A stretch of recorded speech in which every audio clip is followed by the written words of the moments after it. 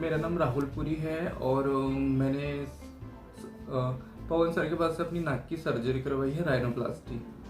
Actually जब मेरा इसके पहले एक्सीडेंट हुआ था तो मैंने दूसरे डॉक्टर के पास से सर्जरी करवाई थी। मैं उनका नाम नहीं बताना चाहूँगा।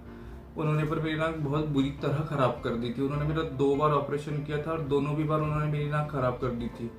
जो मुझे चाहता उन्होंने ऊपर से ही नाक यहाँ से पूरी तिरछी थी और यहाँ पे मतलब बहुत ही बेकार नाक कर दी थी उन्होंने। फिर काफ़ी दिनों से मैंने काफ़ी गूगल वगैरह पे सर्च किया कि नागपुर में सबसे अच्छा प्लास्टिक सर्जन कौन है जो नाक की अच्छी प्लास्टिक सर्जरी करता है। तो पवन शाहने करके गूगल पे सबसे पहले ऊपर में ही नाम आया था।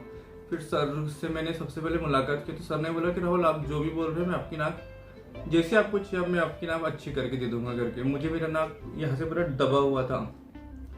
अब ये काफ़ी नॉर्मल जैसे लोगों की नाक होती है वैसी नाक दिख रही है।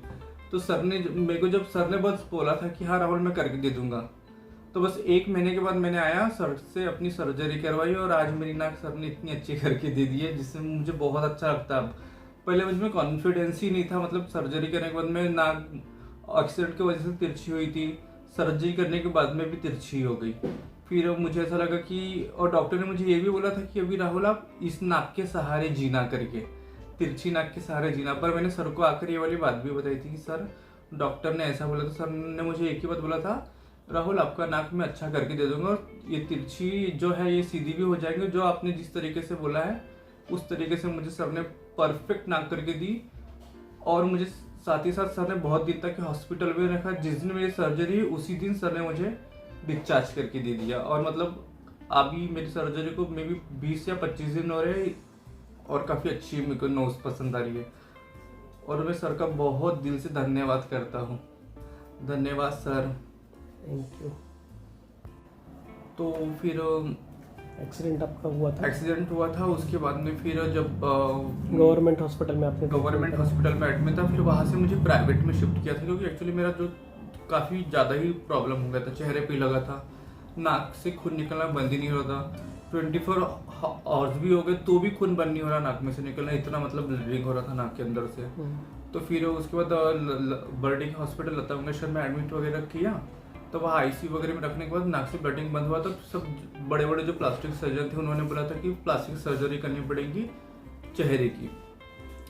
तो पर मुझे ज़रूरत तो नाक की सर्जरी करवाने की थी, मुझे चेहरे की प्लास्टिक सर्जरी की ज़रूरत थी नहीं। हो तो फिर उसके बाद हम लोगों ने वहाँ से निकल के डिस्चार्ज हो गए। उसके बाद फिर हम लोगों ने डॉक्टर से कंसल्ट किए तो डॉक्टर लोग बोलने लगे कि आपका जो सिर्फ आपका जो हड्डी वगैरह चेहरे का वो खुद ब खुद जुड़ जाएगा दवाई गोली से, बट आपको नाक की सर्जरी करवानी पड़ेगी करके। तो फिर हम लोग ने काफ़ी सारी जगह सर्च किया।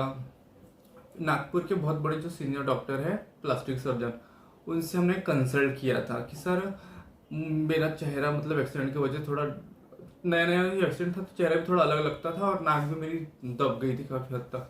तो मैंने सर को बोला था, तो सर ने सीनियर डॉक्टर जो प्लास्टिक सर्जन थे उन्होंने बोला था कि आपका यहाँ से लेके यहाँ तक पूरा फाड़ना पड़ेगा।